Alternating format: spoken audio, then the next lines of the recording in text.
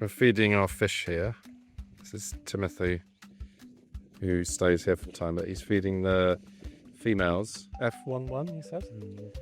So this is our first generation of the brood. So the F0 is the original broodstock, and then this is the F1, so this is their follow-on. These females are resting in this pond. Now the problem you'll see with this pond is the quality of the water does not look very good. So not ideal, but we're sort of, you do what you can. This red on top could be a plant, could be leaching from iron, I'm not 100% sure.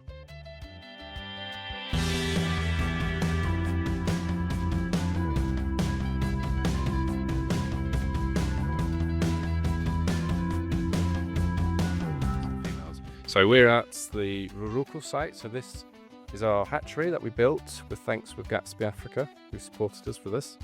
And the plan here is for us to produce fingerlings for farmers. Look at these ones, these are great. These are the males, yeah. And you can see they're much bigger, these males, than the females. What do you estimate the size is? What's the size? Last time we sampled, the average was 400 grams. 400 something. Yeah, these are nice big fish. And how many individuals do we have here? We have around 250 males. 250 males, and it's F1, This is F1 males.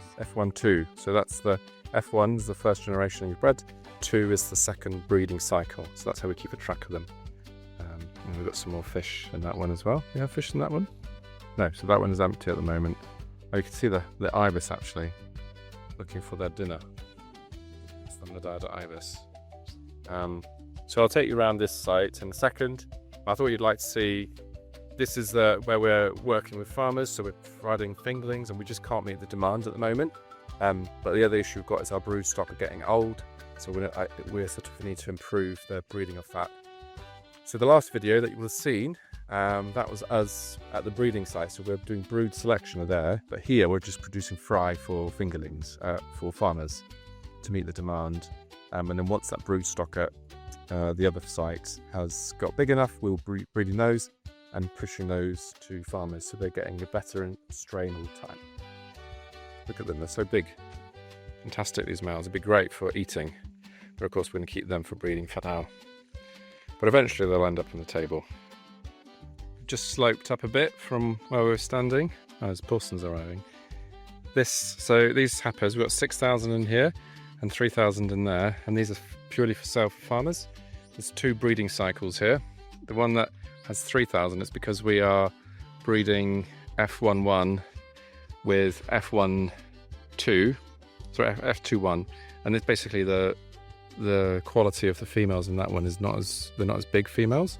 They're like 70 grams. This is about 90 gram females, so we're getting way more fingerlings. And these are sex reverse, these are male. Now I think you saw in the video just now, you saw the size of the males in that pond, and then you saw the size of the females in the other pond, and there's a huge difference between males and females, and that's why you want sex reverse. So when we're selling to farmers, that's what we're trying to do, sex reversed, because the males in that pond were like 500, 450, whereas the females were around 100, if that. And it just goes to show the growth difference that you get just between males and females. So when we're giving these to farmers, or selling to farmers, we're using powder, which is treated with MT, which is a methyltestosterone. And you're just using a natural process that happens in fish where they're genetically plastic. They can move between male and female fairly easily. And so you're just encouraging them to be male, essentially. It's like a natural physiological thing that happens when they eat. They sort of have more hormones. And then you get much faster growth, so it's much better for farmers. And thankfully farmers are starting to realise that. And all of them aren't wanting mixed sex anymore. They're wanting just male fish because they grow quicker, which is what we want to sell because it's better for farmers. Then the other thing that's the challenge is the size. So these are maybe 0.3, 0.5, around that. But the farmers want them. They're like, you've got fingerlings, why can't you just sell them? And we're like, well, we need to wait because then they'll last survival rate. It's like, but you've got fingerlings now, let me take them. There's a lot of pressure that comes to sell those fingerlings, and people can be very persuasive, especially, you know, and if they're a sort of a important person, it's very hard to say no to them. But I've just reiterated, that we need to be doing that. We need to emphasize that essentially we're doing it for their benefit. We want them to come back to us, so it's for our benefit as well, but they will have a much better survival rate. It means that they'll do better. So that's what we're aiming to do. And then at the moment we've got fish, males and females in here, this one and that one, and they're breeding. So they're about a few weeks in, we'll harvest at some point. And then this is our reservoir. So in case we have any water problems, we can move, you can see it's up, so we can move the water around the farm. There's lots of pipes that go everywhere. Oxygen going in there to help aeration. And that's some brood, that's for our broodstock. So we're doing broodstock selection from this site, and heard some fish there. Some from this site and from the other site. And then the males and females are in there. And then that one's empty. So we put fish in there when we need to, sorry, it's over there actually.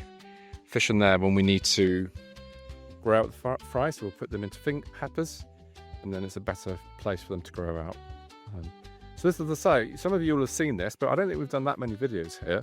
So do go back in our catalogue, have a look at some of that content. You'll see the development of this site. You can see we've got like a latrine, and we've got a store and a place for Timothy to stay. He's actually, this is like his family, his grandma's around here or something, so he's from this area. And it's very steep, so I'm going to move up. We use some of these poles to build it, some of the eucalyptus, by leaving some to grow, and then there's a bit of matoke coming out of that, which I like to see. But it's a very nice spot, and it's a great place to bring farmers to. So yeah, it's fantastic that we've got these two facilities, and I hope you enjoy that, and gives you some ideas of what it's like. Either if you're the farmer trying to get fingerlings, what to look out for. You want bigger size and you want males. Don't go for small ones, even though they're a bit cheaper, because they won't survive as long, and you'll end up with mortalities, so you'll pay more in the long run. Just go for less fish. If you haven't got as much money, that'll be a much better option, saving your costs as well. And go for males because they grow much quicker. So that's it. I'll sign off now, but thanks very much for watching, and we'll see you on the next channel, on the next video. You can hear the ibis, noisy birds.